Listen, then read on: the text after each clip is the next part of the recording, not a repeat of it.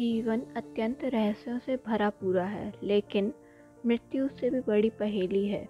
मृत्यु को लेकर विज्ञान और दर्शन में अनेक प्रश्न हैं। क्या मृत्यु के बाद मनुष्य का अस्तित्व समाप्त हो जाता है या मृत्यु केवल शरीर पर ही घटित होती है? और प्राण या आत्म तत्व मृत्यु के साथ ही क्या मुक्त हो जाता है? प्रश्न यह है कि आत्म तत्व कहाँ चला जाता है? अगर कहीं जाता है तो कहीं से आता भी होगा। इससे दूसरा और मौलिक प्रश्न उठता है कि क्या आत्मा सदा से है या आत्मा का भी जन्म होता है? यदि आत्मा का जन्म होता है तो इसका भी अवसान होता है क्या? क्या मनुष्य की आत्मा या प्राण बार बार जन्म लेते हैं? पुनर्जन्म क्या है? ऐसे अनेक प्रश्न बार बार उठते हैं, लेकिन विज्ञान के पास इन प्रश्नों के उत्तर नहीं है। लेकिन भारत में वैदिक काल से ही आत्मा का अमरत्व और देहांतरण तर्क और अनुभूति का विषय रहे हैं। कठोपनिषद प्राचीन उपनिषद है। यहाँ यम और नचिकेता का प्रश्न उत्तर है।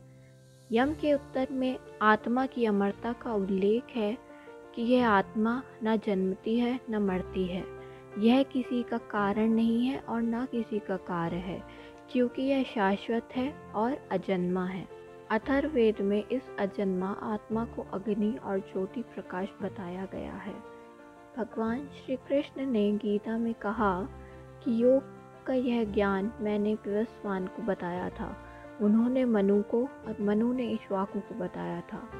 अर्जुन ने प्रति प्रश्न किया कि आपका जन्म बाद का है और विवस्वान का बहुत प्राचीन है। श्री कृष्ण ने कहा, अर्जुन, मेरे तेरे बहुत जन्म हो चुके हैं, मैं उन्हें जानता हूँ, परंतु तू नहीं जानता। पुनर्जन्म का विचार मिस्र में भी आता है।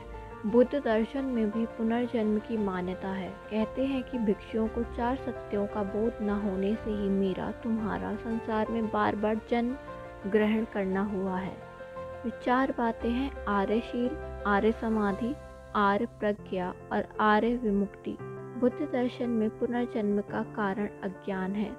उपनिषद दर्शन में अविद्या है। पुनर्जन्म दोनों में है। अविद्या और विद्या का मूल स्रोत उपनिषद है। भारतीय संस्कृति में पुनर्जन्म कर्मफल सिद्धांत का परिणाम है। कर्मानुसार जीव विभिन्न योनियों को प्राप्त करता है। श्रेष्ठ कर्म करके जीव मनुष्य, देवता, ऋषि आदि बनता है और निकृष्ट कर्म के द्वारा वह मानवेतर योनि को प्राप्त करता है। इसलिए सदा सत्कर्म करके जीवन को उत्कृष्ट बनाना चाहिए, ताकि हमारे सभी जन्म शुभ परिणाम वाले हों।